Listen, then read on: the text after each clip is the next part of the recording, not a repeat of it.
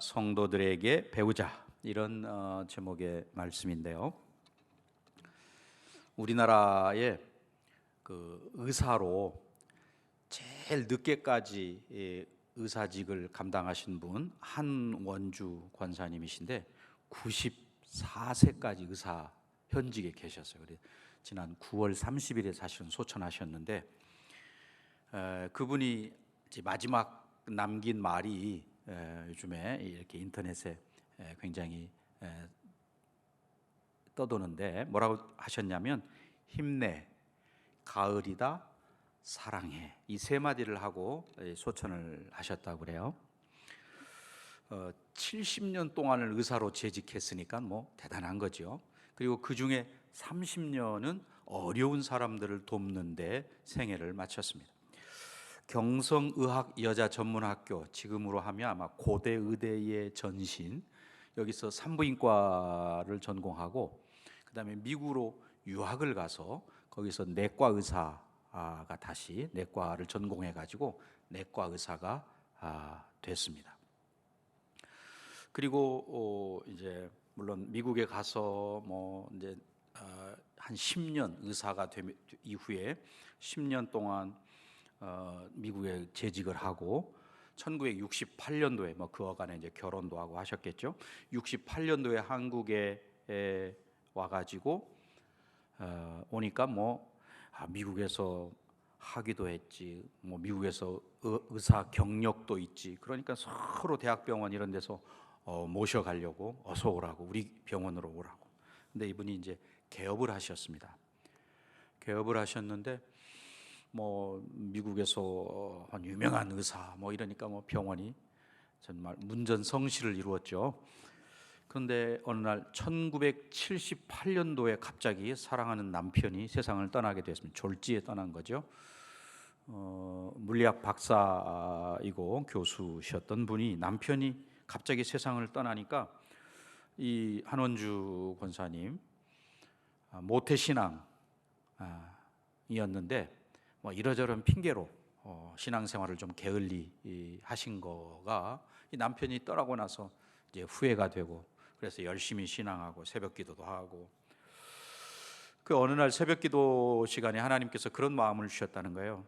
너 남편 때문에 그렇게 지금 울고불고 하는데 누구보다도 부모 사랑도 많이 받고 남들보다 더 좋은 학벌도 있고 미국에서 의사도 하고 또 한국에 와서 병원 개원하니까 뭐 손님이 그냥 환자들이 넘쳐나고, 그런데 너는 그 좋은 환경에서 지나면서 정말 주변에 있는 사람들을 얼마나 돌봤냐, 너의 도움을 필요한 사람이 많았는데 얼마나 돕고 살았느냐, 정신 차려라.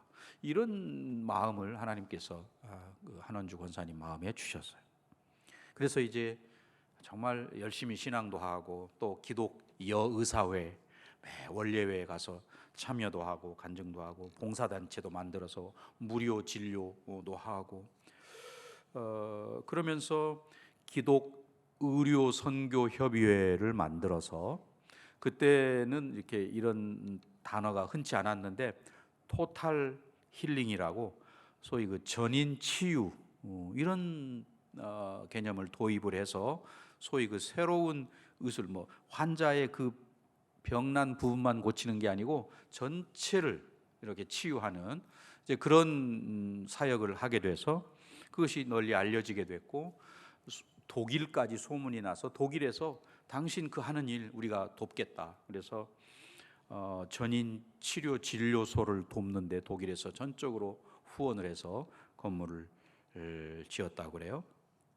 그래서 1988년도에 자기 병원 개업했던 그 병원을 완전히 문 닫고 이제 의료 선교 단체인 우리들 의원을 새로 만들어서 오랫동안 원장으로, 그리고 2008년도에 거기서 원장에 은퇴를 하고 2008년도에는 남양주에 있는 매그너스 재활요양병원에서 이제 과장으로, 그동안에는 원장이었는데 이제 과장으로 내려와서 고령 환자들, 치매 환자들 이런 분을 돕다가 94세 얼마 전까지도 현직에 계셔, 최고 기록인 거죠, 우리나라에. 의사 중에 현직에 94세까지 근무한 분. 그러나 사실은 그거보다 더 중요한 것은 그의 삶의 마지막 순간까지 어려운 이웃들을 돕고 돌보다가 가신 분으로 이렇게 우리에게 기억되는 거죠. 어떤 사람은 처음에는 있는 것 같은데 나중에 좀 더 알고 보니까 그렇지 않은 그런 경우도 있고, 어떤 분은 이 한원주 원장님, 권사님처럼 정말 선한 영향력을 오래도록 미치는 그런 사람도 있고, 오늘 본문에 등장하는 이 베레아 교회 성도들이 사실은 그러한 거죠. 지금도 우리가 이야기하고 본받고자 하는 그런 성도들입니다. 오늘 우리 성실교회 성도들이 이런 베레아 교회 성도들 같은 그런 성도들이 좀 되었으면 좋겠습니다. 바울과 실라가 데살로니가에 3주 동안을 머물렀습니다. 머물러서 유대인 회당에 가서 복음을 전하니까 그 유대인들에게 예수님이 구약 성경에 예언되었던 메시아다, 예수님이 메시아다라고 하는 것을 가르쳤어요. 그러니까 경건한 헬라인들, 또 적지 않은 귀부인들, 이런 사람들이 바울과 실라가 전하는 복음을 듣게 되고 그들이 주님 앞에 나오게 되고, 그러니까 유대인들의 입장에서는 이 이단들인데 이 사람들에게 많은 사람들이 몰려가는 것에 못마땅해 가지고 그 데살로니가 성 안에 있는 소위 그 불량배들을 시켜서 저 바울과 실라가 살고 있는 집을 습격하고 그들을 잡아들여라 이렇게 한 거죠. 근데 마치 바울과 실라는 그 집에 없었고 그 집주인인 야손, 이 야손이 그 집에 있었는데 야손을 잡아다가 가이사의 명령을 거역하고 천하를 어지럽히는 자들을 집에 들인 사람이다, 이 사람이. 그래가지고 이제 송사 고소를 한 거죠. 그래가지고 바울과 실라가 그 형제들, 믿음의 형제들의 도움을 받고 그 데살로니가에서 피신을 간 곳이 베레아라고 하는 지역입니다. 지도에 보시면 저기 빌립보가 있고 그 다음에 데살로니가가 있고 그 옆에 베레아가 있죠. 한 데살로니가에서 베레아까지는 한 65km, 한 사흘길 된다고 그래요. 이제 그 베레아에 가서 바울은 그 다음 날부터 그 유대인 회당에 가서 또 역시 복음을 전하게 되었습니다. 예수님이 그리스도시고 예수님이 구약에 예언된 메시아시다라고 하는 것을 계속해서 복음을 거기 와서도, 베레아에 와서도 전하게 된 거죠. 오늘날도 마찬가지입니다. 사람을 살리고 생명을 살려서 영생을 얻도록 하는 것은 다른 데 있지 아니하고 복음에 있는 거죠. 이 복음이 모든 믿는 자들에게 주시는, 구원을 주시는 하나님의 능력이라 로마서 1장 16절의 말씀이잖아요. 복음만이 생명을 살리고 구원을 얻게 하는 하나님의 능력입니다. 다른 길을 우리에게 주시지 않은 거죠. 오늘날 포스트 모더니즘 시대에 다른 길도 있다고 말하는 사람들이 많은데 사도행전 4장 12절 말씀에 뭐라고 되어 있습니까? 다른 이로서는 구원을 받을 수 없나니 천하 사람 중에 구원을 받을 만한 다른 이름을 우리에게 주신 일이 없다라고 명확하게 이야기합니다. 지금 우리가 포스트 모더니즘 시대 혹은 그 포스트 모더니즘 이후 시대를 살고 있다 이렇게 말하기도 하는데, 이 포스트 모더니즘의 특징은 뭐예요? 절대 진리는 없다. 어떤 진리든지 그 나름대로 다 약점이 있고 오류가 있기 마련이지 이 절대 진리라는 게 어디 있느냐. 성경은 그러나 하나님 말씀이 절대 진리라고 이렇게 이야기하는 거죠. 그래 포스트 모더니즘 시대는 모든 걸 다 상대화 해버리고 너 하고 싶은 대로 해라. 그러다 보니까 네게 좋을 대로 해라. 이게 진리다 이렇게 말하는 거잖아요. 심지어는 신학에서도 이 포스트 모더니즘의 사상을 영향받아 가지고 꼭 기독교가 절대 진리라고 말하지 말아라. 마치 산을 올라가는 길이 여러 가지 코스가 있지 않냐. 그런 것처럼 기독교도 있고 타 종교에도 구원이 있고 다 있지 않나. 또 현대인들이 그렇게 듣기 싫어하는 지옥 이런 거 말도 하지 마.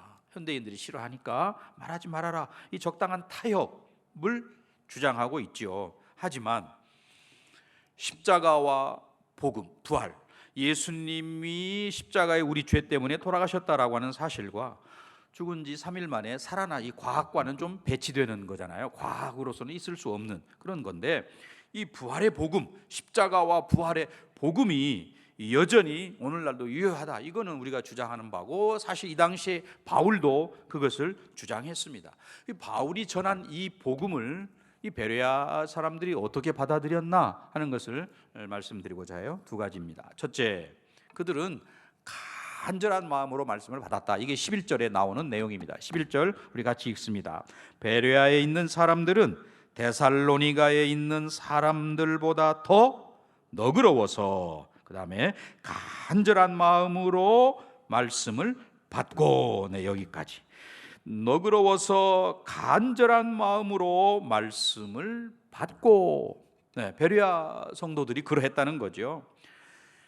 데살로니가에 있는 사람들이 어떠했느냐도 우리가 알아야 됩니다. 데살로니가에 있는 사람들은 데살로니가전서 2장 13절에 보면 그들은 바울이 전하는 말씀을 사람의 말로 받지 아니하고 하나님의 말씀으로 받았다, 이렇게 되어 있어요. 데살로니가전서 2장 13절에. 그러니까 사실 바울은 지금도 그 초상화 이런 게 전해져 옵니다. 그 그림에 보면 이 머리도 숱도 없지, 또 얼굴에 주름살은 많지, 좀 초라한 모습으로 되어 있습니다. 바울의 그 초상화가. 또 뭐 어떤 데 보면 또 키도 작다, 이런 표현도 있고, 직업도 우리가 아는 대로 천막을 깁는, 천막 만드는 텐트 메이커라는 직업을 가지고 있었어요. 그러니 뭐 그가 사람들에게 무슨 어필하는 매력을 가질 만한 그런 것들은 없었습니다. 그럼에도 불구하고 데살로니가 교회 성도들은 바울을 하나님의 종으로 여겼다. 그리고 바울이 전하는 말씀을 하나님의 말씀으로 받았다. 그럴 때 놀라운 역사가 데살로니가 교회 안에 일어났습니다. 회개도 있고 변화도 있고 죄사함도 있고 하나님의 자녀가 되는 놀라운 역사가 데살로니가에 있었단 말이거든요. 그런데 이 베레아의 사람들은 데살로니가에 있는 성도들보다 어떻게 했다고요? 오늘 여기 보면 더 너그러워서라고 되어 있고, 옛날 개역 성경은 뭐라고 되어 있습니까? 더 신사적이었다, 이렇게 되어 있잖아요. 네. 그러니까 데살로니가 성도들보다 베레아에 있는 성도들은 마음이 더 너그러웠다. 굉장히 중요한 표현이죠. 너그럽다. 영어에서는 이게 그 노블, 귀족을 말한다든지, 또 뭐 귀족의 혈통 이런 걸 표현할 때 쓰는 심성이 착하고 또 바탕이 좋은, 뭐 이런 의미를 가지는 그런 단어를 쓰고 있어요. 반대로 마음이 너그럽지 못하면 편견에 사로잡히기가 쉬운 거죠. 또 마음도 좀 이렇게 닫혀 있는 거죠. 그러니 여유가 일단은 없습니다. 마음에 여유가 없어. 늘 매사에 부정적이고, 또 화도 잘 내고. 요즘에 코로나로 인해서 사람들 속에 뭐가 많습니까? 화가 많지요. 쉽게 분노하고, 그런 경향이 있습니다. 그러나 반대로 마음이 너그러우면 고집을 피우지도 않고, 또 새로운 지식이나 이런 것들에 대해서도 열려 있고, 요즘 코로나 이후에 소위 그 뉴 노멀, 새로운 기준을 우리가 이야기하잖아요. 이제 코로나 시대가 지나고 나면, 코로나가 지나고 나면 이제는 옛날 방식으로는 안 된다. 새로운 기준이 필요하다. 코로나 때문에 앞으로 10년 후에나 가능한 일들이 10년 당겨졌다, 이런 이야기들을 우리가 합니다. 그런 점에서 우리가 너그러운 마음을 가져야지요. 넉넉하니까 부정적이지도 않고, 남의 이야기에 잘 귀담아 듣기도 하고, 남 이야기를 잘 경청하는 모습도 너그러운 사람에게 나타나는 거죠. 그런데 베레아 교회 성도들은 그렇게 마음이 너그러워서 어떻게 됐느냐? 그 다음에 보면은 간절한 마음으로 말씀을 받았다라고 되어 있습니다. 이 간절한 마음, 이 간절하다. 우리 박윤선 박사님이 주석을 달기를 간절은 뭐냐? 간이 저리도록 하는 거다. 뭐 이런 표현을 재밌는 표현을 쓰셨는데, 온전한 열정으로 온 마음을 다해서 집중해서 말씀을 받았다, 그런 표현입니다. 하나님의 말씀을 정말 집중하여 들었다. 이 가난한 마음, 겸손한 마음, 그런 거죠. 이 몰입, 집중, 이게 중요하다고 이야기하죠. 공부하는 사람이 공부에 집중해야지, 공부하다 말고 뭐 딴 생각 한다든지, 뭐 자꾸 밖에 나갔다 들어왔다 한다든지, 또 그 다음에 공부 끝나고 다음에 뭐 할지, 뭐 운동 뭐 이런 거 생각한다든지, 이러면 공부 잘 안 되는 거죠. 또 뭐 공부한다고 책상에 앉아가지고 계속 주변 정리하고 뭐 이런 데 시간 다 보내고, 공부에 몰입해야죠. 운동할 때는 또 운동에 몰입을 해야 되는데, 운동하면서 그 다음에 공부해야 할 생각하는데, 이건 안 되잖아요. 어른들이 우리 보통 건망증이 심하다, 잘 생각이 안 난다, 이런 표현을 쓰거든요. 그러면서 대부분 그냥 건망증이야, 나이가 들어서 건망증인 거지, 이렇게 이야기하는데, 또 다른 학설이 있어요. 그거는 어른이 되면 인생에 이제 경륜이 쌓이고 뭐 이러다 보니까 자꾸 남의 이야기, 내가 보는 거, 이런 것들에 대해서 집중하지 않기 때문에 쉽게 잊어버리는 거다, 이렇게 이야기합니다. 어린아이들은 남의 이야기 들을 때도 잘 귀담아 듣고 편견 없이 듣고 또 보고 이러기 때문에 금방 기억이 남고 오래 기억에 남는데, 어른들은 자기 생각, 남의 이야기를 들으면서도 자기 판단 기준이 다 있어가지고 뭐 한 귀로 듣고 한 귀로 흐르기도 하고, 이러다 보니까 기억이 안 되는 거예요. 그래서 건망증, 이렇게 표현해 버린다, 그런 이야기입니다. 집중해서 듣고 읽고 또는 묻고 대답하고 이러면 기억에 남을 텐데 안 된다는 거예요. 성경을 읽을 때에도 이거 뭐 다 아는 내용이네. 사도행전 17장 바울의 제2차 전도 여행 중에 나오는 거지, 뭐 이러면서 오늘 베레아 교회 성도들 이야기 뭐 다 알지, 또 설교 제목만 봐도 본문의 내용이 이렇게 될 거고 결론은 이거고, 다 이렇게 생각하고 있기 때문에 집중해서 듣지를 않습니다. 그러니 금방 잃어버려요. 문을 나설 때 벌써 제목도 잃어버리는 거예요.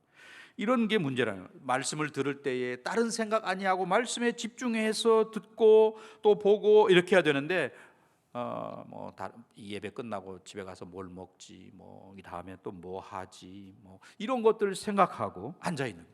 느헤미야 8장 1절부터 12절까지 말씀해 보면, 이스라엘 백성들이 이제 바벨론에서 포로에서 돌아와 가지고 52일 만에 성벽을 재건했습니다. 성벽을 재건한 후에 수문, 워터게이트죠. 수문 앞에 모여서 학사 에스라가 전하는 말씀을 새벽부터 정오까지 6시간, 무려 6시간을 서서 말씀을 들었다라고 되어 있습니다. 우리는 어떻습니까?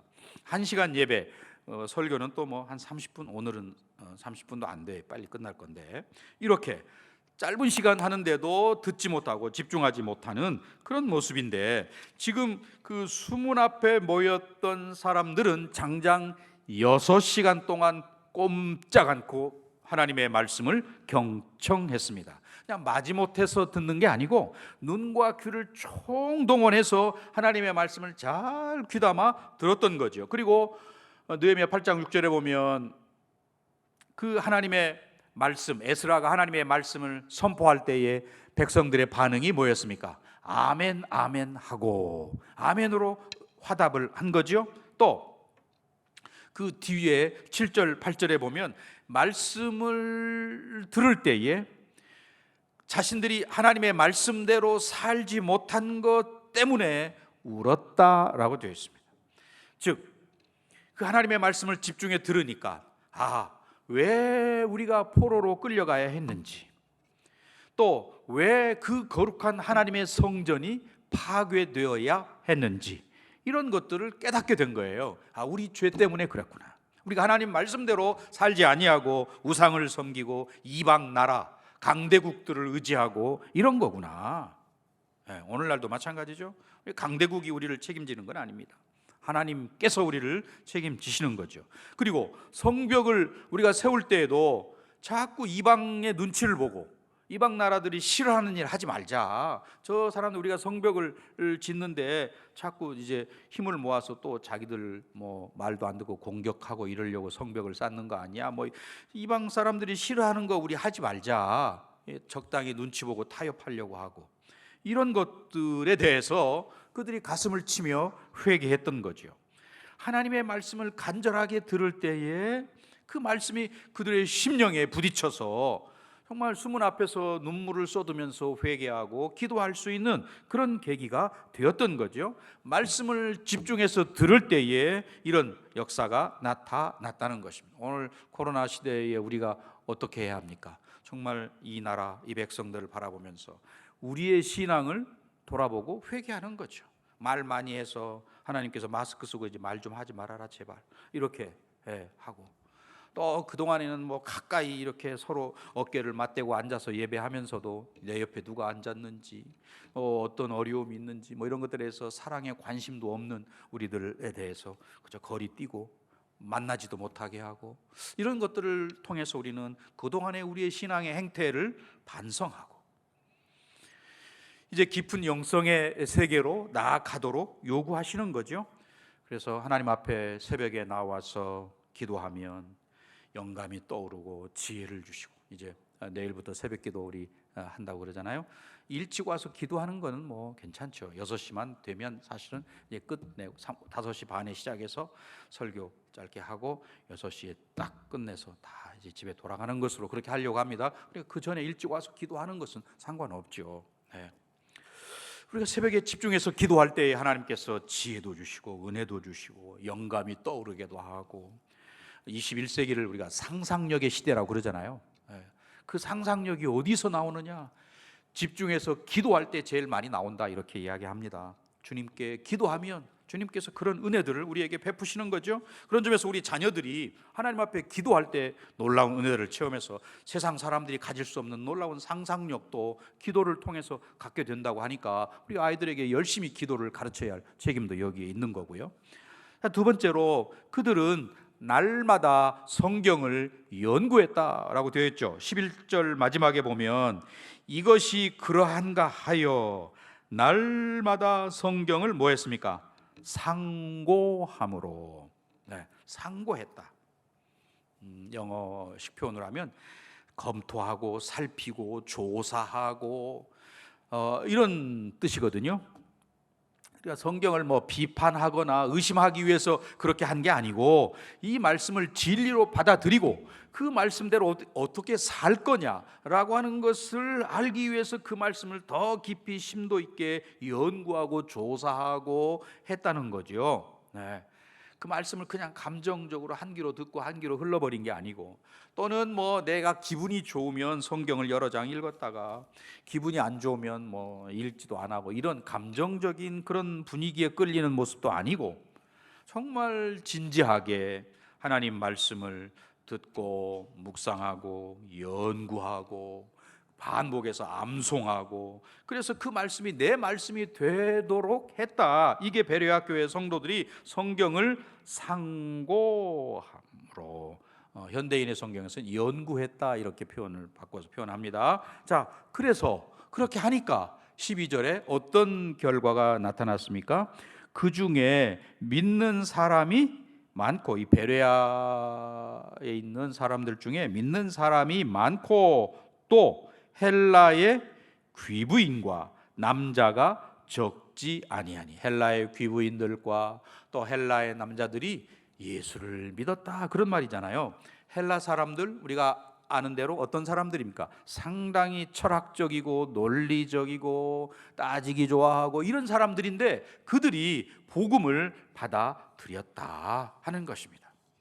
그러니 우리가 어떤 자세로 말씀을 들어야 하는지, 또 그 말씀을 들으니까 어떤 결과가 나타나는지를 우리가 지금 보고 있는 거예요. 물론 말씀을 전하는 사람도 잘 준비하고 열심히 준비해야 되겠지만 듣는 사람의 자세가 더 중요하구나 하는 것을 베레아, 데살로니가 교회 성도들을 보면서 우리가 깨닫게 됩니다. 똑같은 말씀이어도 그 말씀을 듣고 은혜 받는 사람이 있고 그냥 듣고 흘려버리는 사람이 있고 한 것이죠. 말씀을 들을 때에 진지하게 또는 집중해서 이 말씀이 나에게 어떤 의미가 있는 것이고 오늘 내가 고쳐야 할 부분이나 또 적용해야 할 말씀은 어떤 말씀인지 성령께서 깨닫게 하시고 또 은혜를 주시도록 그런 자세로 기대를 가지고 말씀을 대하는 거죠. 그러다 보니까 베레아에 있는 헬라의 귀부인들 또는 헬라의 지성인들 이런 사람들이 복음을 듣고 하나님께 돌아왔다. 그리고 또 그 소식을 들은 사탄이 또 가만히 있을 리가 없죠. 데살로니가에 있는 유대인들이 베레아까지 쫓아와 가지고 그 베레아에 있는 길거리에 있는 불량배들을 충동질해서 소동을 일으키고 이런 거죠. 사탄의 역사도 같이 있는 겁니다. 데살로니가에서 베레아까지 아까 얼마였다고요? 거리가 65km 정도 되었어요. 바울이 볼 때 그 65km 달려온 유대인들 별거 아니죠. 바울은 어땠습니까? 예수 믿기 전에 예루살렘에서는 그 스데반이 돌에 맞아 죽을 때 거기 있었고 아마 사람들을 선동하고 이런 일에 사울이 그때 당시엔 사울이었으니까 거기 그런 일들을 했을 거예요. 또 심지어는 예루살렘에서 다메섹에 예수쟁이들이 있다라고 하는 이야기를 듣고 대제사장의 허락을 받아서 거기 다메섹에 있는 예수쟁이들 잡으러 가는 중이었잖아요. 예루살렘에서 다메섹까지 거리는 한 240km나 됩니다. 그러니 뭐 65km 이거는 아이들 말로 세 발의 피밖에 안 되는 거죠. 예. 그래서 이 베레아까지 쫓아와 가지고 힘들게 하고 어렵게 하니까 그 베레아에 있는 믿음의 형제들이 바울을 또 어디로 보냅니까? 저 아테네로 피신을 시키는 거죠. 그러면서 신라하고 디모데는 거기에 남겨두고 내가 가서 부르면 오라 이렇게 하고 남겨두고 바울만 먼저 피신을 해서 아테네로 가게 됩니다. 이게 이제 16절 이하에 나오는 아테네에서의 바울의 선교 일정일 텐데 아무튼 오늘 우리는 이 베레아에 있는 성도들의 모습 속에서 우리가 어떻게 해야 할 오늘 이 시대 코로나 시대를 지나는 저와 여러분이 어떤 자세 어떤 태도로 신앙해야 하느냐라고 하는 그런 것을 깨닫게 됩니다. 자, 이제 결론의 말씀을 맺으려고 합니다.